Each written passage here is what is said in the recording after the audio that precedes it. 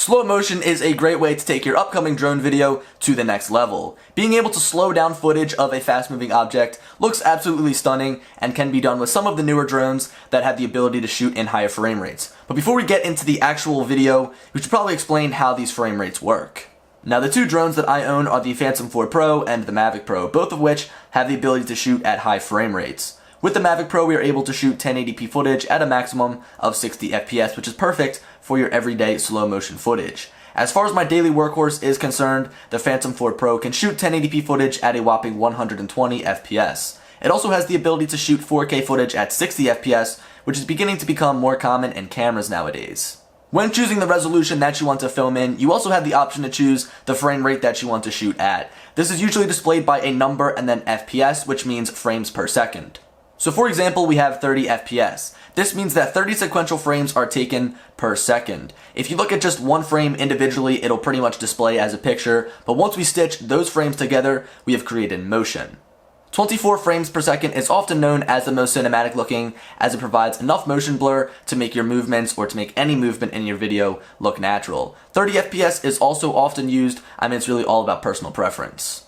Now, in order to create slow motion and make it look good, we need to shoot in a higher frame rate. If we're shooting at 30 FPS and we try to slow down the footage, it's going to look choppy and unnatural. For this, I've made a table, so hopefully you guys can better understand what I'm trying to say.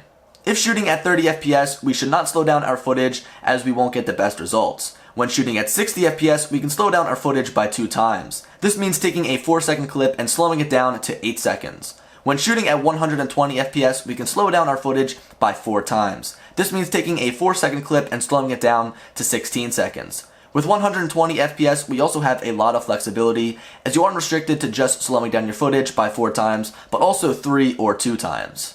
To better understand this table, let's take a look at an example clip shot with the Phantom 4 Pro at 120 FPS and then rendered out in different frame rates like 30 and 60 FPS. First up is 30 FPS, playing at a normal speed. Everything looks normal with no choppiness. If we slow down this footage by 2 times, things start to go downhill quick.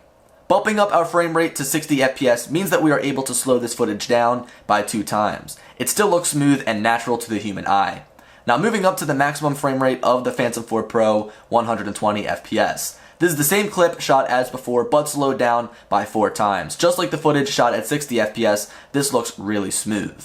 Something fun that I like to do is mess around with the slow motion feature on the iPhone 7 Plus. You can shoot in 720p at 240 frames per second. Now keep in mind 720p is blurry as hell compared to something like 4K, but still it's fun to mess around with fast moving objects like playing with my cat and throwing the mouse up in the air and seeing them in slow motion spring up. If you are still confused after this short explanation, all you need to do is take your frame rate and divide it by 30, and that's basically how many times you can slow down your footage. So divide 30 by 30, you can't slow it down. If you divide 60 by 30, you can slow it down by 2 times, and then divide 120 by 30, and you can slow it down 4 times. And as always, if you guys have any questions, be sure to leave them in the comment section below. But guys, that's going to do it for me today. Be sure to leave a like and subscribe if you are new around here, as I have been trying to upload daily, and as always, I'll talk to you later. Peace.